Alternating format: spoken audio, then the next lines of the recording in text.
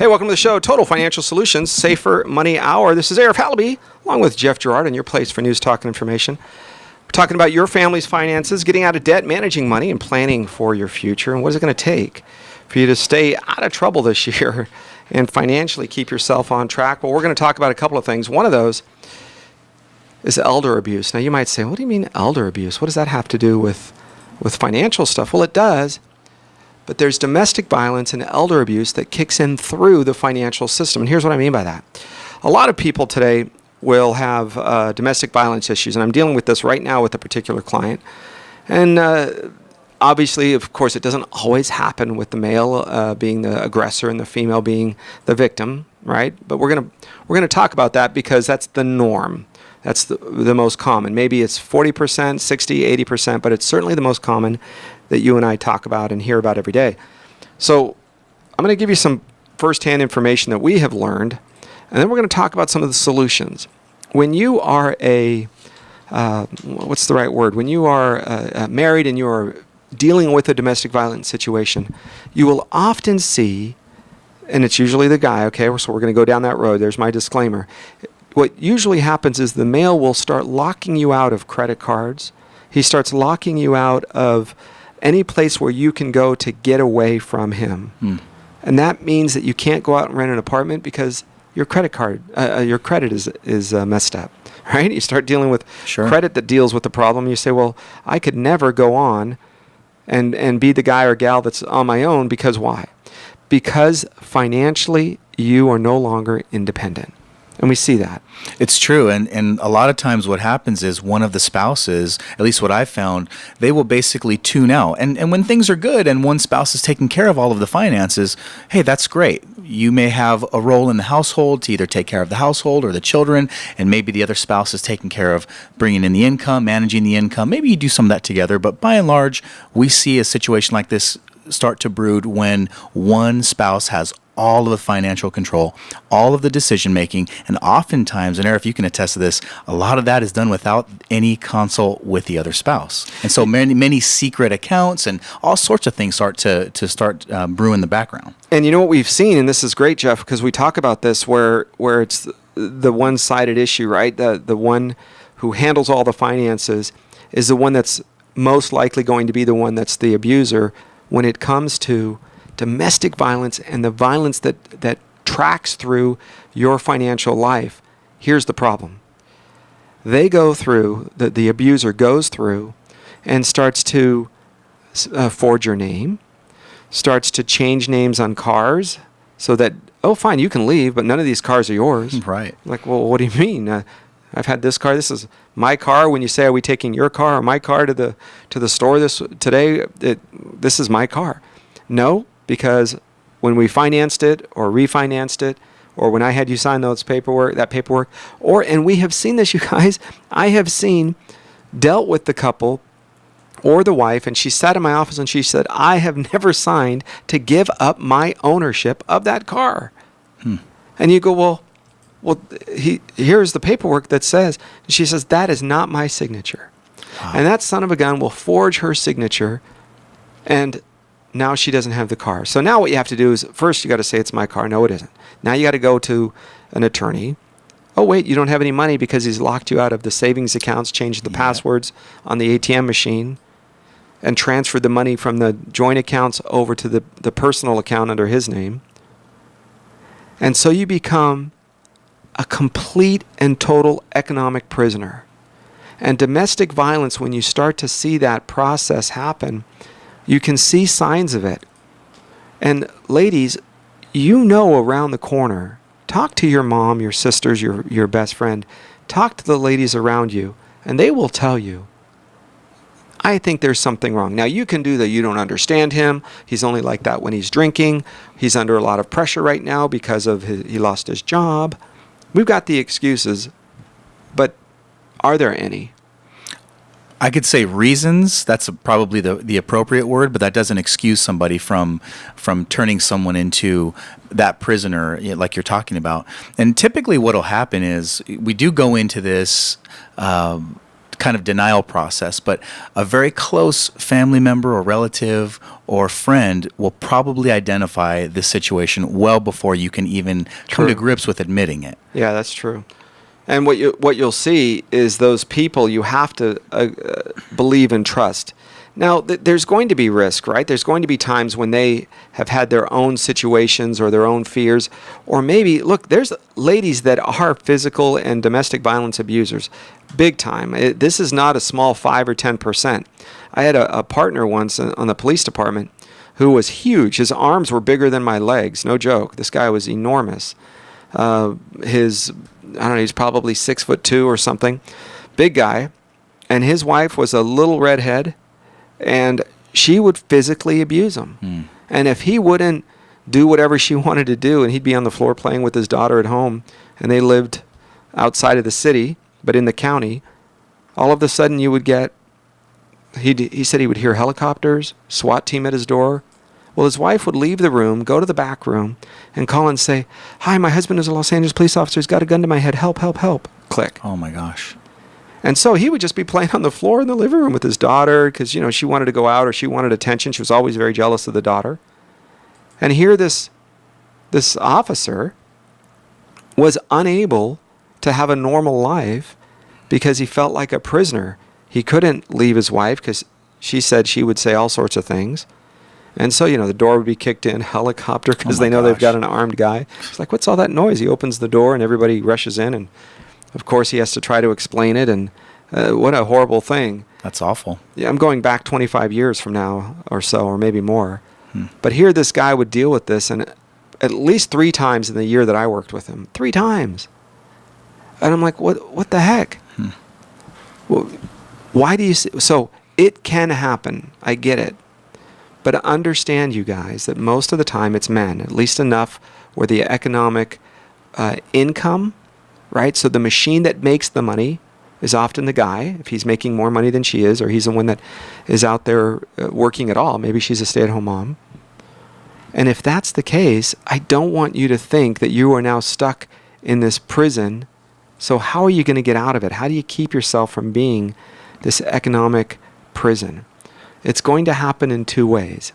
Number one, it's going to happen because you have to be involved with the finances.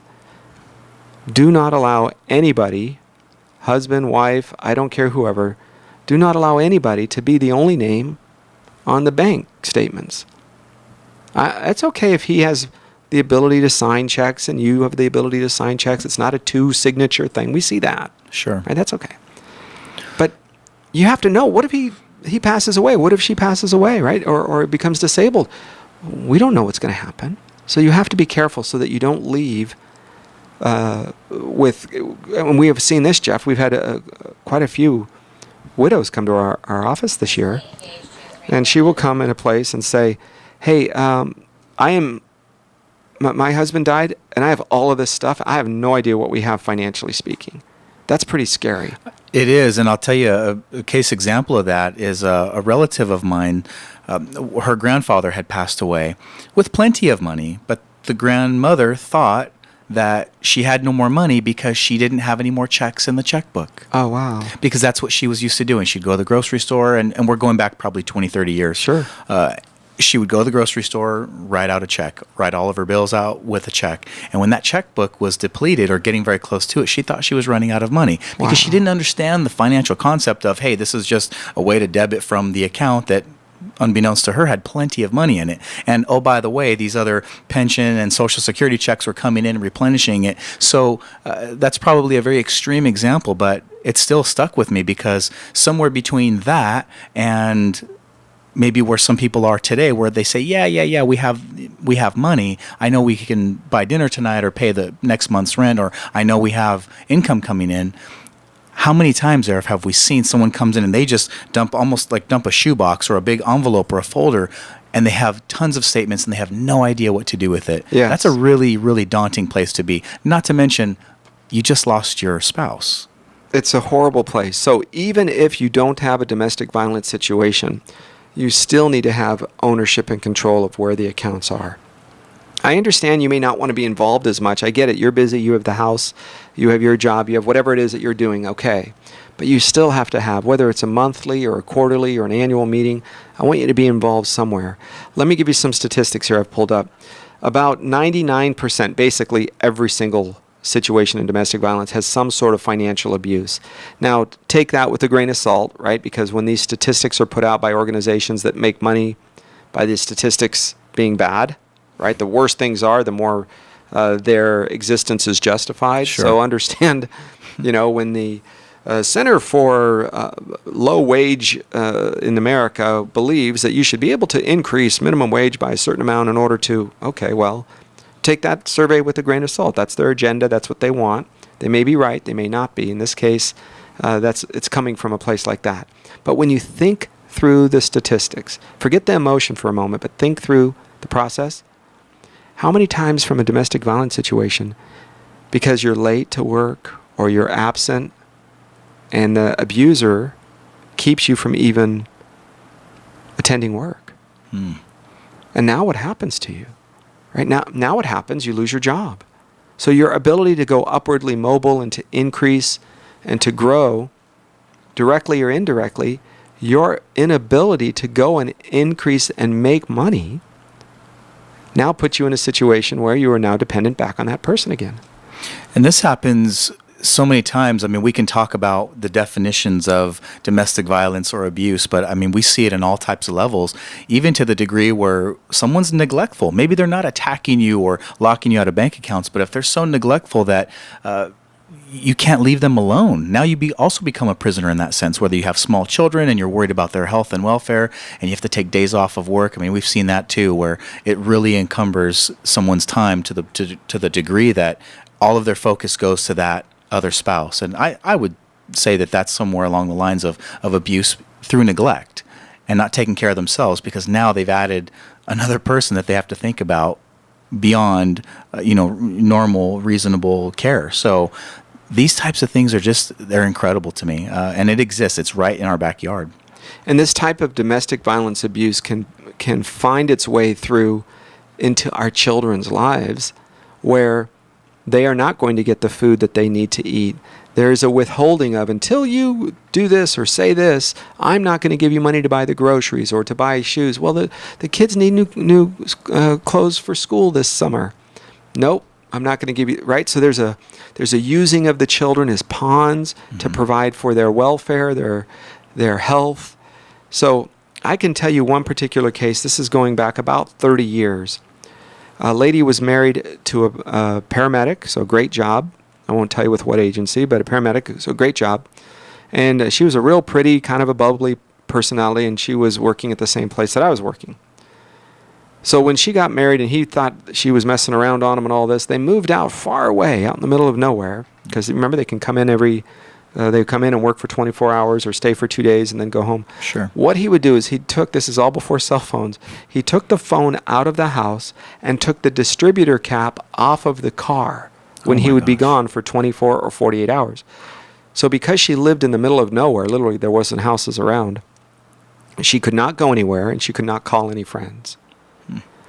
And so what you had was this young lady, I don't know how old she was, probably in her 20s, maybe early 30s, was in this huge relationship of a domestic violence situation with somebody that she had originally thought was a good guy because he worked for a good place, right? And yet he had this domestic violence tint to him. And his way of being an abuser was to take away the car. So now she couldn't go to work. So she was calling in sick on the days where she was supposed to work. So now she couldn't go to work. Now she had a situation where she couldn't call friends and had any social interaction. So this is real stuff. If you see somebody like this or you know somebody like this, you have to do your best to get them help. They will be in denial. Seek the help. We are not domestic violence experts by any means. So seek the help of someone that is, so they can get in and give you that advice to get out of that yucky situation. Because where do we see the next financial problems come in?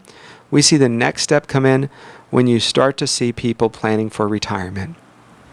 And now all of the retirement assets are under his name because he was able to do it through his job. If he opened up an individual retirement account, it was under his name. Correct.